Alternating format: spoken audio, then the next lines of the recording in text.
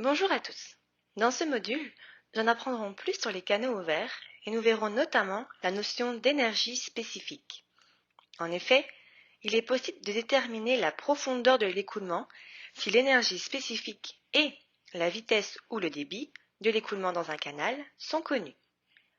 La relation d'énergie spécifique peut être utilisée pour calculer des changements de profondeur en amont ou en aval des chenaux, tels que les marches, les constructions ou les structures de contrôle.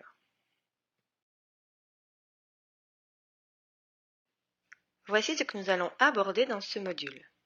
Après avoir vu ensemble la relation de l'énergie spécifique, nous parlerons de flux critique dans les canaux ouverts. Le flux critique est un flux de transition ou de contrôle qui possède le minimum d'énergie possible pour un débit déterminé. Les profondeurs alternatives sont des profondeurs d'écoulement dans les canaux ouverts pour lesquels l'énergie spécifique est la même. Le calcul de profondeur alternée est nécessaire pour résoudre les problèmes de transition de canaux, soit de modification de largeur et ou de fond. L'écoulement rapidement varié survient le plus souvent lorsque nous avons un changement brusque dans la géométrie d'un canal ou au niveau d'un régime d'écoulement, comme par exemple quand l'écoulement passe d'un écoulement sous-critique à un écoulement supercritique et vice-versa. Il est possible d'utiliser l'équation de Bernoulli pour les canaux ouverts. D'ailleurs, pour un canal ayant une très petite pente, il y aura une conservation de l'énergie. Les pertes sont en effet minimes. Nous pourrons les négliger dans les calculs. Voici la démonstration de la relation présentée sur la diapositive précédente. L'élément clé, ici, réside dans le fait que pour des angles très petits, le carré du cosinus devient proche de 1. On peut donc conclure que les profondeurs y1 et y2 sont approximativement les mêmes. Voyons maintenant une notion importante, l'énergie spécifique. L'énergie spécifique est la somme de l'énergie potentielle qui dépend de la profondeur et de l'énergie cinétique, qui est en fonction de la vitesse ou du débit. Il est important de bien faire la distinction entre les débits total, soit la lettre Q majuscule, et le débit unitaire, la lettre Q minuscule. Le débit unitaire représente simplement le débit pour chaque mesure de largeur unitaire du canal. Il est souvent représenté avec des unités de mètres carrés par seconde ou encore en mètres cubes par seconde par mètre de largeur. La relation entre le débit et le débit unitaire est Q minuscule égale Q majuscule divisé par la largeur B.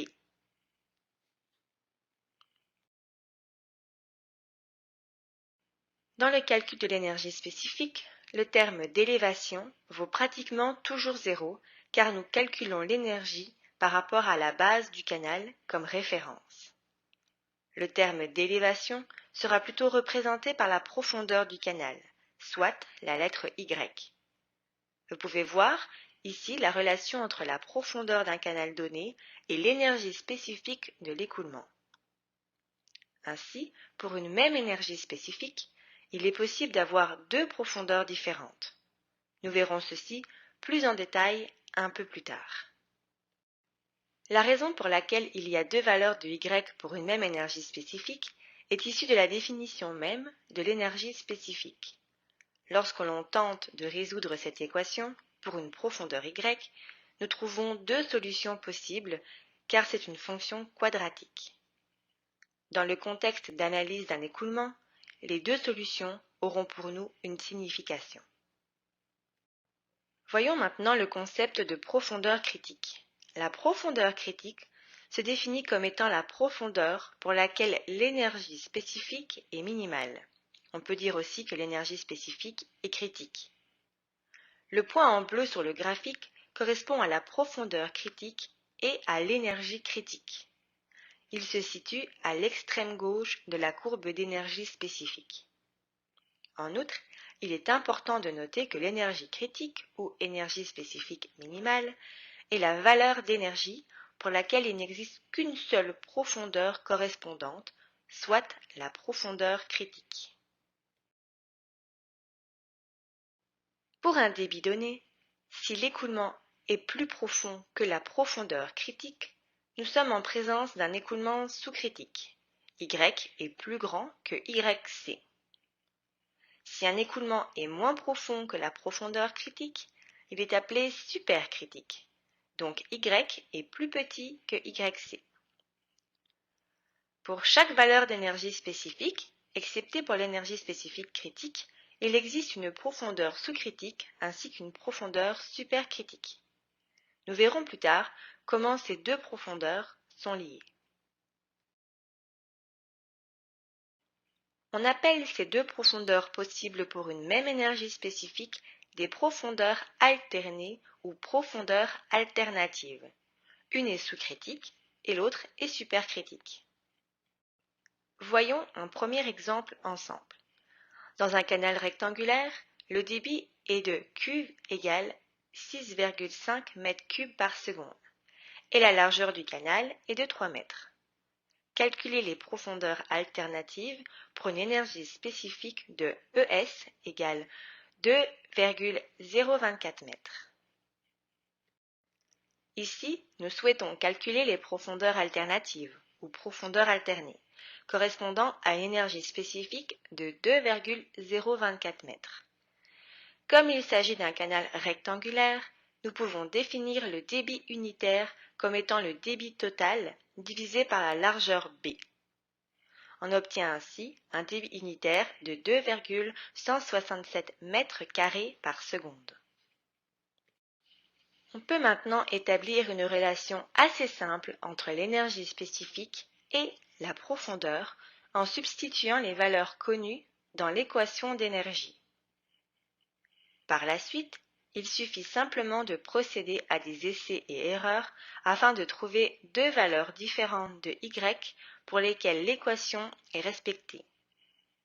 Ici, les profondeurs alternées correspondant à une énergie spécifique de 2,024 sont de 1,96 m pour le régime sous-critique et 0,383 m pour le régime supercritique. Sur le graphique, on peut distinguer les deux composants de l'énergie spécifique. Il suffit pour cela de tracer une droite à partir de l'origine de 45 degrés avec l'horizontale. Ainsi, pour chaque profondeur Y, la partie à gauche de cette droite représente la portion d'énergie provenant de la profondeur de l'écoulement, alors que la partie entre la droite tracée et la courbe d'énergie spécifique représente le terme d'énergie cinétique, soit V au carré sur 2G. On remarque que plus Y est petit, plus le terme d'énergie cinétique devient important.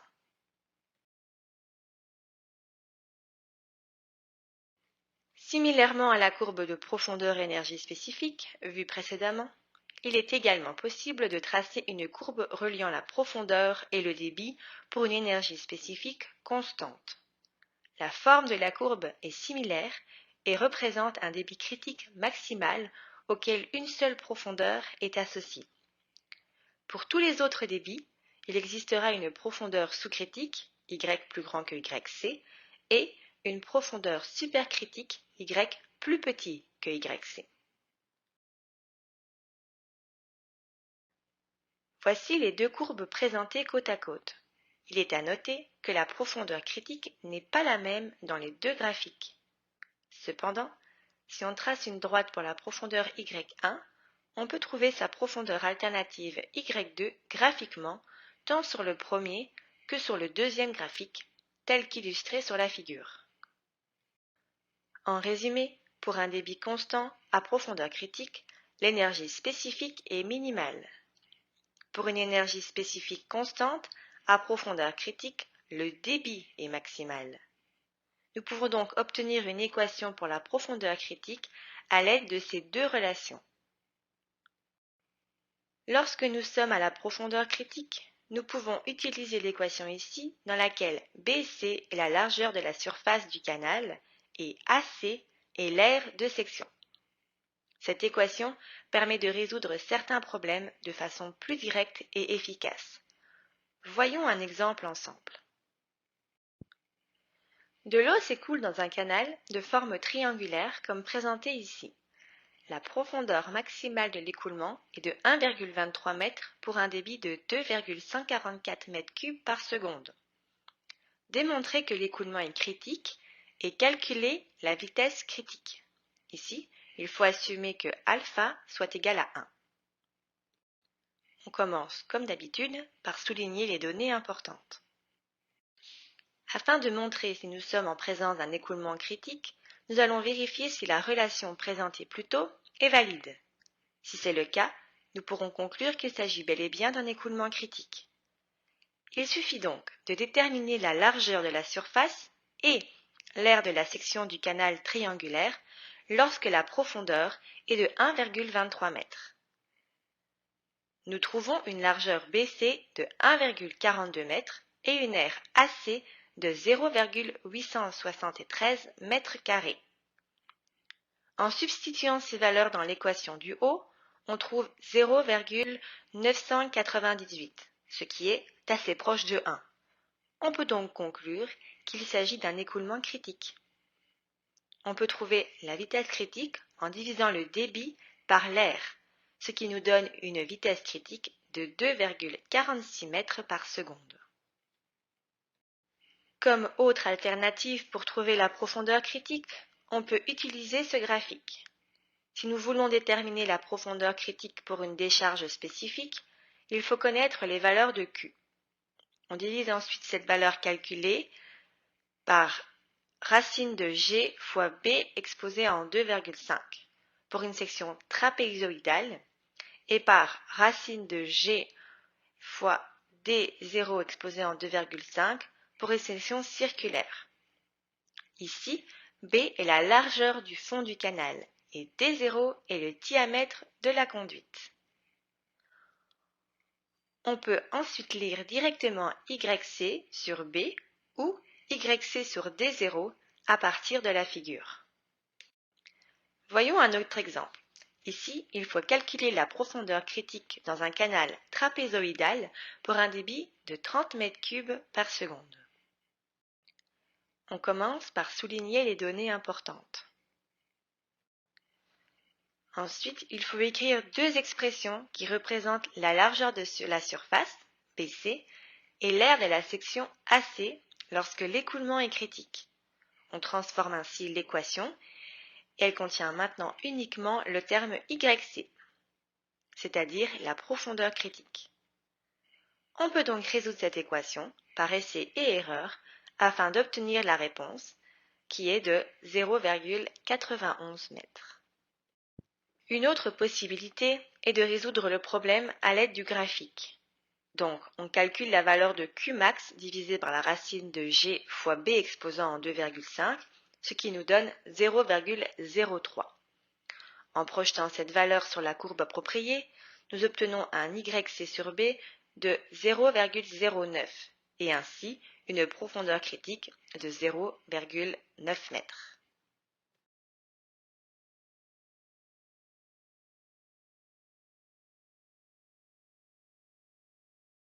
Nous avons vu un cas particulier au début du module si le canal est rectangulaire. Dans ce type de canal, plusieurs termes se simplifient et nous obtenons des relations très utiles lorsque nous sommes en écoulement critique. Par exemple, la vitesse critique peut être calculée en prenant la racine carrée de G multipliée par la profondeur critique, et ce, sans avoir besoin de connaître les dimensions spécifiques du canal. De plus, il est possible d'établir une relation directe entre YC et l'énergie spécifique critique, comme montré dans l'encadré bleu. Cette équation nous permet de trouver l'énergie spécifique relativement facilement, et ce, sans avoir besoin de connaître les dimensions géométriques du canal rectangulaire. De plus, nous pouvons aussi établir une relation très importante et très utile entre le débit unitaire Q et la profondeur critique dans les canaux rectangulaires. Cette relation s'avérera très pratique dans plusieurs exercices que nous allons voir dans ce module. Voyons un exemple de ce cas. Dans un canal rectangulaire de 5 mètres de largeur, trouvez la profondeur critique, la vitesse critique et l'énergie spécifique critique si le débit est de 10 m3 par seconde. Puisqu'il s'agit d'un canal rectangulaire, nous allons pouvoir nous servir des relations établies précédemment. Pour commencer, on peut tout de suite déterminer la profondeur critique YC car on connaît le débit unitaire. On trouve un YC de 0,74. Ensuite, la vitesse et l'énergie spécifique critique peuvent être facilement trouvées en appliquant les équations vues plus tôt. On trouve donc Vc égale 2,7 mètres par seconde et EC 1,11 mètres. Voyons maintenant comment déterminer des relations entre deux variables.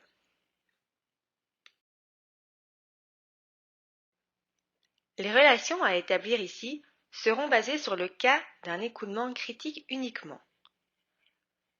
Pour répondre à la première question, il suffit simplement d'exprimer la largeur de la surface et l'aire de la section en termes de YC et d'isoler le débit Q afin d'obtenir une relation directe entre le débit et la profondeur critique. Pour la relation entre la vitesse critique et la profondeur critique, nous pouvons simplement remplacer Qmax par Vc fois Ac et isoler Vc. Nous obtenons donc une relation directe entre Vc et Yc telle que présentée ici. La même idée sera utilisée pour exprimer l'énergie spécifique critique en fonction de la profondeur critique. On exprime d'abord l'énergie en termes de YC et Vc et par la suite Vc en termes de Yc. En simplifiant, cela donne les relations suivantes. Finalement, si nous voulons un débit de 2 mètres cubes par seconde, nous pouvons utiliser directement les relations que nous venons de trouver afin de calculer YC qui vaut 0,96 mètres, Vc qui vaut 2,17 mètres par seconde et EC qui vaut 1,2 mètres.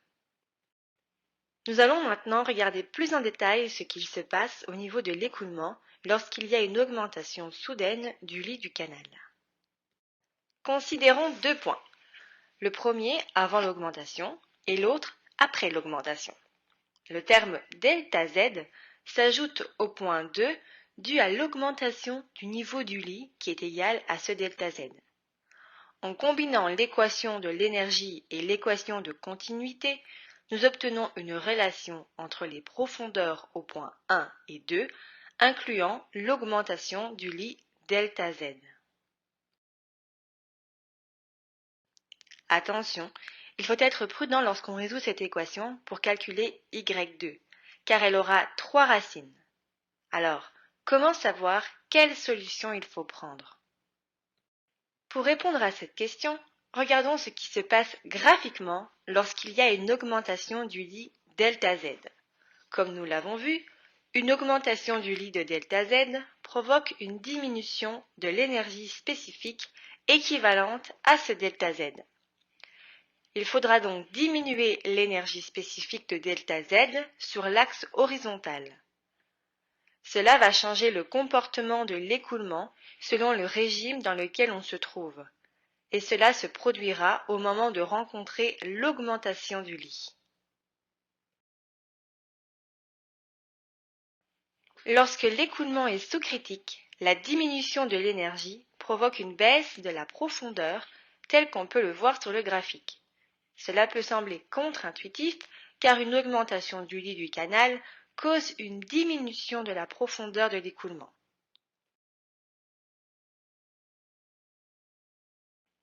Dans le cas de l'écoulement supercritique, une augmentation du lit provoque aussi une augmentation de la profondeur d'écoulement. En résumé, lors d'une augmentation soudaine de la hauteur du lit, la profondeur diminue dans un régime sous-critique, mais elle augmente dans un régime supercritique. Si on analyse la courbe de l'énergie spécifique, on peut voir qu'une augmentation du lit ne doit pas dépasser une hauteur équivalente à ΔZ étoile. Si l'énergie spécifique avant l'augmentation du lit est de ESC1, alors la hauteur de l'augmentation ne doit pas dépasser ESC1 moins ESC, où ESC représente l'énergie spécifique critique pour un débit donné. Si delta Z est plus grand que delta Z étoile, alors l'énergie spécifique en amont de l'obstacle augmente. Pour un écoulement sous-critique, la profondeur augmente. On appelle ce processus un étranglement. En ce qui concerne l'étranglement, la profondeur de l'eau en amont de l'élévation du lit augmente afin de fournir l'énergie spécifique requise. Cela provoque une perte d'énergie, l'écoulement devient alors critique. Voyons un exemple pour illustrer ce concept. Dans un canal rectangulaire de 3 mètres de largeur, la profondeur de l'eau est de 2 mètres et la vitesse de l'écoulement est de 2,2 mètres par seconde. Déterminer la profondeur de l'eau pour une élévation graduelle du lit du canal de delta Z égale à 0,25 mètres. Répétez la solution pour un delta Z de 0,5 mètres. Commençons par un schéma pour représenter cette situation. On a une profondeur de 2 mètres en amont de l'élévation du canal. On va pouvoir utiliser ici les équations simplifiées pour un canal rectangulaire. Cela va alléger considérablement les calculs. La première étape est de déterminer le type d'écoulement en amont de l'augmentation du lit. Pour ce faire, il faut calculer la profondeur critique d'un canal rectangulaire en connaissant seulement le débit unitaire de 4,4 mètres carrés par seconde. Grâce à l'équation simplifiée, c'est possible. Nous trouvons donc une profondeur critique de 1,25 m. Comme la profondeur d'écoulement est de 2 mètres, nous sommes en présence d'un écoulement sous-critique. Sur le graphique, on se situe dans la portion au-dessus du point d'énergie spécifique critique. La prochaine étape consiste à calculer l'énergie spécifique correspondant à une profondeur de 2 mètres et à un débit unitaire de 4,4 mètres carrés par seconde. On trouve une énergie spécifique de 2,25 mètres. Cela veut dire qu'après avoir traversé l'augmentation du lit, l'énergie spécifique diminue de 0,25 mètres, ce qui correspond à la hauteur de l'augmentation. Donc, l'énergie spécifique en aval de l'augmentation du lit sera de 2 mètres. Néanmoins, avant de poursuivre, il faut s'assurer qu'on se trouve dans une situation où il n'y a pas d'étranglement, c'est-à-dire que l'énergie spécifique au point 2 est supérieure à l'énergie critique, malgré la perte d'énergie causée par l'augmentation du niveau du lit. On peut calculer l'énergie spécifique critique à l'aide de la profondeur critique. On trouve 1,875 mètres. Puisque l'énergie au point 2 est de 2 mètres, on peut conclure qu'il n'y aura pas d'étranglement. On peut donc poursuivre les calculs sans se soucier de ce phénomène. On sait maintenant que la profondeur Y2 est plus basse que Y1. Y1 étant égal à 2 mètres et YX étant égal à 1,25 mètres. Il faut donc procéder par essai et erreur pour trouver une solution pour Y2. Ici, on obtient une profondeur Y2 égale à 1,63 mètres. Notez bien que la surface libre ne descendra pas de 0,12 mètres car il y a eu une augmentation de la base du lit de 0,25 mètres. Dans le cas où l'augmentation est plus élevée, soit 0,5 mètres, les calculs indiquent qu'il y a un étranglement. Dans ce cas-ci, pour compenser l'étranglement, on aura une augmentation du niveau d'eau en amont. Ceci permettra de créer une plus grande énergie spécifique. L'écoulement deviendra donc critique suite à cette augmentation de lit de 0,5 mètres. Le graphique ici illustre cette situation. Y1 est la profondeur initiale. Puisqu'une baisse d'énergie spécifique de 0,5 m à partir de cette profondeur doit se situer à gauche de la courbe rouge, la profondeur en amont doit diminuer. En effet, il faut une plus grande énergie spécifique avant d'arriver à l'obstacle. La nouvelle profondeur en amont devient donc Y1 news. De cette façon, lorsque l'on arrive à l'augmentation du lit, l'énergie est en mesure de descendre à son niveau le plus bas, c'est-à-dire au point critique. Y2 sera égal à YC.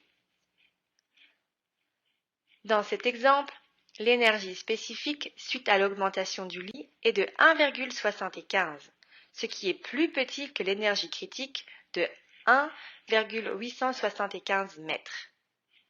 Nous pouvons donc poser Y2 égale Y critique, qui est égal à 1,25 mètres, et ES2 égale ES critique, qui est égal à 1,875 mètres. Maintenant qu'on connaît la profondeur et l'énergie spécifique au point 2, ainsi que la différence d'énergie spécifique entre les points 1 et 2, on peut facilement calculer l'énergie spécifique au point 1 et par conséquent la profondeur au point 1, c'est-à-dire en amont de l'obstacle. On obtient ici une énergie spécifique de 2,375 mètres. Pour trouver la profondeur au point 1, il faut utiliser la définition de l'énergie spécifique exprimée en termes de Y1. Notez aussi ici qu'il est possible de calculer facilement l'augmentation du lit maximale pour éviter le phénomène d'étranglement. Il suffit de soustraire ES critique ou 1,5 fois la profondeur critique dans le cas d'un canal rectangulaire à l'énergie en amont, ES1. Ceci nous donne un ΔZ maximal de 0,375 mètres. Cela montre que l'augmentation de 0,5 m est trop importante, il y a donc eu un étranglement. Voici un résumé de la procédure à suivre pour trouver l'augmentation du lit maximale, et ce, afin d'éviter le phénomène d'étranglement. On calcule en premier la profondeur critique. On utilise ensuite cette profondeur critique pour calculer l'énergie spécifique critique, ESC. Et enfin, on peut trouver ΔZ étoile en soustrayant ESC à l'énergie spécifique initiale ES1.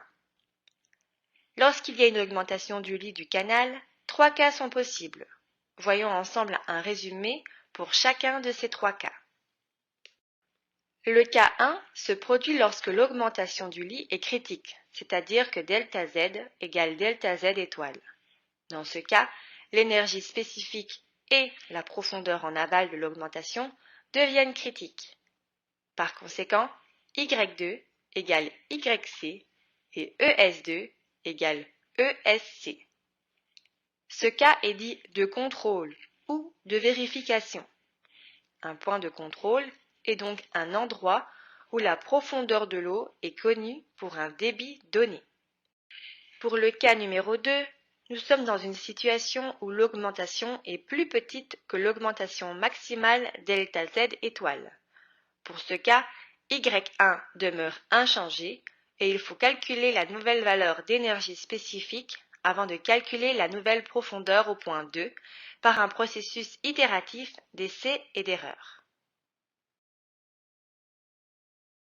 Notez que lorsqu'on calcule les itérations, il faut choisir un Y2 compris entre Y1 et YC. Le troisième cas survient lorsque l'augmentation est plus élevée que l'augmentation maximale ΔZ étoile. Dans ce cas, nous aurons un étranglement et il faudra d'abord calculer la nouvelle valeur de Y1. De plus, la profondeur en aval, c'est-à-dire Y2, deviendra critique. La procédure de calcul devient donc, en premier, on calcule ESC, qui est l'énergie spécifique critique, égale à ES2, soit l'énergie au point 2. On calcule ensuite la nouvelle valeur de l'énergie spécifique au point 1 à l'aide de la hauteur de ΔZ. Et enfin, avec cette nouvelle valeur de ES1, on peut calculer la profondeur en une par itération. Notez bien qu'ici, la nouvelle valeur de Y1 sera plus élevée que sa valeur initiale. Les mêmes procédures s'appliqueront pour un écoulement sous-critique ou un écoulement supercritique. Voici un résumé qui illustre graphiquement ce qu'il se produit dans le cas sans étranglement à gauche et dans le cas avec étranglement à droite. Comme nous l'avons vu, le niveau d'eau en amont reste inchangé lorsqu'il n'y a pas d'étranglement, alors qu'il va augmenter s'il y en a un. Dans le cas d'un écoulement supercritique, l'énergie spécifique initiale est plus basse que l'énergie spécifique critique. Donc dans ce cas où il n'y a pas d'étranglement, la profondeur de l'écoulement va augmenter lorsqu'on passe par-dessus l'augmentation locale du lit. Cependant, lorsque l'augmentation du lit est trop grande et qu'il y a un étranglement, un cas spécial se produit. La surface de l'eau en amont doit passer d'un régime supercritique à un régime sous-critique afin d'être en mesure de traverser l'obstacle. Dans ce cas spécifique, il y aura la formation d'un ressaut hydraulique. Nous en discuterons plus en détail dans les prochains modules. Comparons maintenant les effets de différents paramètres sur les courbes d'énergie spécifiques. Commençons avec les débits. Considérons un débit unitaire Q1 plus petit qu'un deuxième débit unitaire Q2. On trace ensuite les courbes d'énergie spécifique pour ces deux débits. La courbe verte est pour Q1 et la courbe bleue représente le débit Q2. Nous pouvons voir que lorsqu'on augmente le débit unitaire, la courbe d'énergie spécifique se déplace vers la droite. Cela est normal car le terme d'énergie cinétique est plus grand. L'énergie spécifique pour une même profondeur sera donc plus grande pour le débit Q2 que pour le débit Q1. Que se passe-t-il maintenant pour deux canaux ayant des largeurs différentes? Si on a le même débit total Q pour les deux canaux, alors le débit unitaire Q1 du canal 1 sera forcément plus petit que le débit unitaire du canal 2 Q2. Ainsi, lorsque l'on réduit la largeur d'un canal, on aura le même effet sur la courbe d'énergie spécifique que lorsque l'on augmente le débit unitaire. La nouvelle courbe d'énergie spécifique se déplacera donc vers la droite également. Regardons maintenant ce qui arrive si on diminue la largeur d'un canal. À votre avis, est-ce que la profondeur de l'eau va augmenter ou est-ce qu'elle va diminuer? La réponse à cette question va dépendre du régime d'écoulement. Premièrement, on va assumer que la contraction n'est pas trop étroite et qu'il n'y a pas de perte de charge. L'énergie spécifique restera donc constante car il n'y a pas de changement dans l'élévation du lit. Nous aurons donc un ES1 égal à ES2. Si on regarde ce qu'il se produit graphiquement, on se déplace de la courbe verte à la courbe bleue puisqu'il y a eu un changement du débit unitaire. Cependant, puisque l'énergie spécifique reste inchangée, la nouvelle profondeur correspondra à la même énergie spécifique sur la nouvelle courbe bleue. On part donc du point initial sur la courbe verte et on trace une ligne verticale afin d'obtenir la nouvelle profondeur Y2. Comme on peut le voir sur les deux figures, lorsqu'on a un écoulement sous-critique, une contraction causera une baisse du niveau d'eau. Par contre, dans un écoulement supercritique, une contraction va engendrer une augmentation du niveau d'eau. Ceci est valide seulement si la contraction n'est pas trop étroite et qu'elle ne cause pas de perte d'énergie significative. Donc, retenez bien que dans un écoulement sous-critique, une contraction causera une baisse du niveau d'eau et que dans un écoulement supercritique, une contraction engendrera une augmentation du niveau d'eau. La solution numérique à ce type de problème est simple. On utilise le fait que l'énergie spécifique reste constante, car il n'y a pas de changement d'élévation du lit du canal. Donc, lorsque nous exprimons les deux termes équivalents d'énergie spécifique, il devient relativement facile de trouver la solution pour la nouvelle profondeur Y2, qui est la seule variable inconnue dans l'égalité.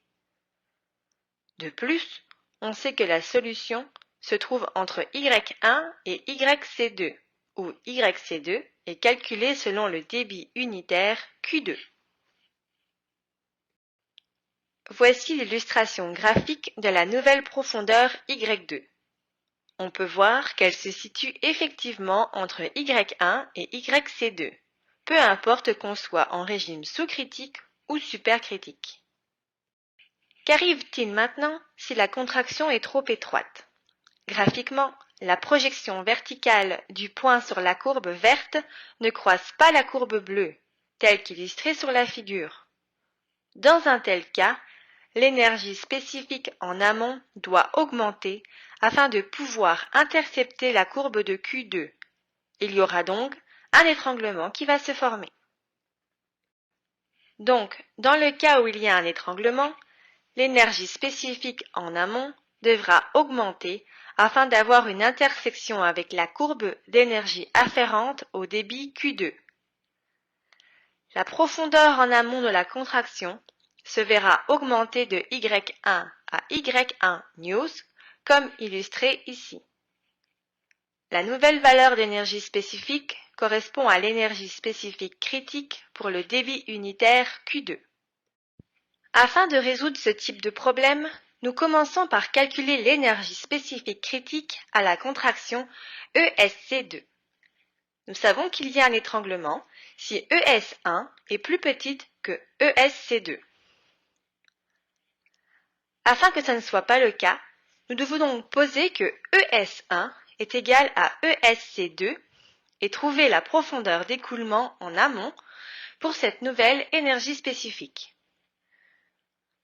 Nous aurons une profondeur en amont de la contraction et on peut dire que l'énergie spécifique et la profondeur de l'écoulement seront critiques en aval. Nous pouvons aussi calculer la contraction maximale afin d'éviter l'étranglement de l'écoulement. On procède de la même manière que pour l'augmentation du lit du canal. Comme on sait que la valeur minimale de l'énergie spécifique sur la courbe bleue doit être égale à l'énergie en amont, car on assume qu'il n'y a pas de perte d'énergie due à la contraction, on peut dire que ES1 égale ES2 égale ESC2. Ainsi, on peut exprimer la profondeur critique en termes du débit unitaire Q2. Cela devient la seule variable inconnue dans l'équation. On pourra la résoudre par itération. Le même raisonnement s'applique aussi lorsque nous nous trouvons dans un écoulement supercritique. Voici un résumé des 3 cas différents qui peuvent survenir lors d'une contraction au niveau de la largeur du canal. Ici, on considère aussi la possibilité d'avoir une perte d'énergie représentée par ΔZ. La perte d'énergie peut être due à une augmentation locale du lit ou à un autre facteur causant une perte locale non négligeable. Jusqu'à présent, nous avons assumé que les conditions en amont sont connues, alors que les conditions en aval sont inconnues. Parfois, c'est l'inverse. Les procédures pour résoudre ce type de problème sont essentiellement les mêmes. Voici enfin un dernier exemple pour illustrer la procédure à suivre dans le cas d'une contraction d'un canal. Ici, nous avons 4 scénarios. Notons d'abord les paramètres qui resteront inchangés pour les 4 cas, soit le débit total de 6,5 m3 par seconde, ainsi que la profondeur initiale Y1 de 0,4 m et la largeur initiale B1 de 3 m. Faisons ensuite un schéma pour illustrer notre exemple. Voyons le premier cas, soit celui où la largeur du canal passe de 3 m à 2,5 m, sans augmentation du niveau du lit. Tout d'abord, on cherche la profondeur critique YC correspondant au débit unitaire Q1. La valeur calculée est de 0,782 m qui est plus grande que la profondeur en amont de 0,4 m. On se trouve donc dans un régime supercritique. Par la suite, vérifions si la contraction va causer un étranglement. Pour ce faire, on calcule l'énergie spécifique en amont qui nous donne 1,896 m ainsi que l'énergie spécifique critique à la contraction, soit ESC2, qui nous donne 1,325 m. En comparant ces deux valeurs, on constate que l'énergie en amont est plus élevée et, comme il n'y a aucune perte de charge ΔZ, on peut dire qu'il n'y aura pas d'étranglement.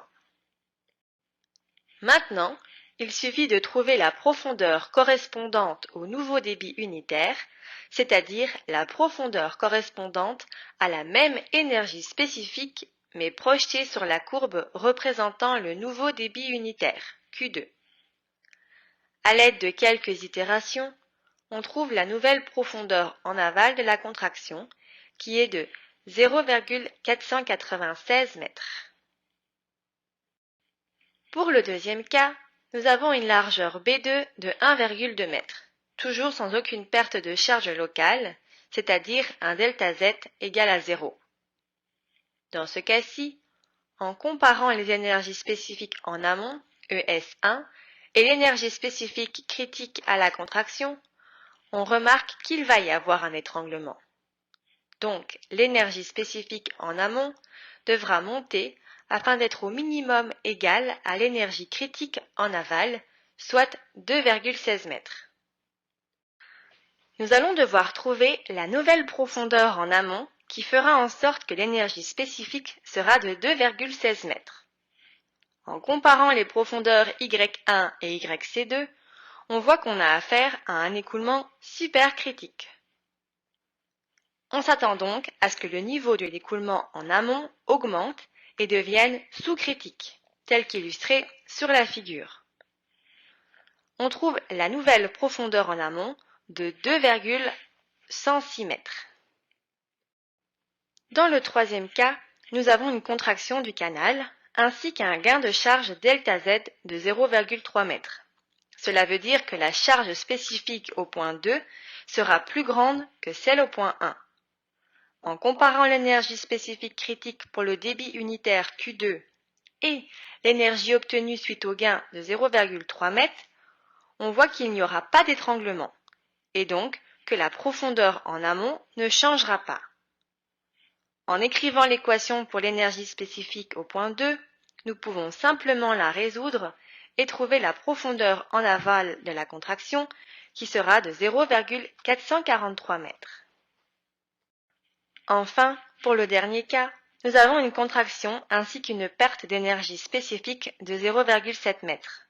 Ainsi, en comparant l'énergie spécifique au point 2 avec l'énergie spécifique critique au point 2, on voit qu'il y aura un étranglement. Donc, l'énergie en amont devra augmenter afin que l'écoulement devienne critique au point 2. Puisque le régime est initialement supercritique, il va changer en un régime sous-critique. La nouvelle profondeur calculée au point 1 sera de 1,96 m, tel qu'illustré sur la figure. Voici ce qui clôture notre module 9. Je vous souhaite une bonne semaine de travail à tous.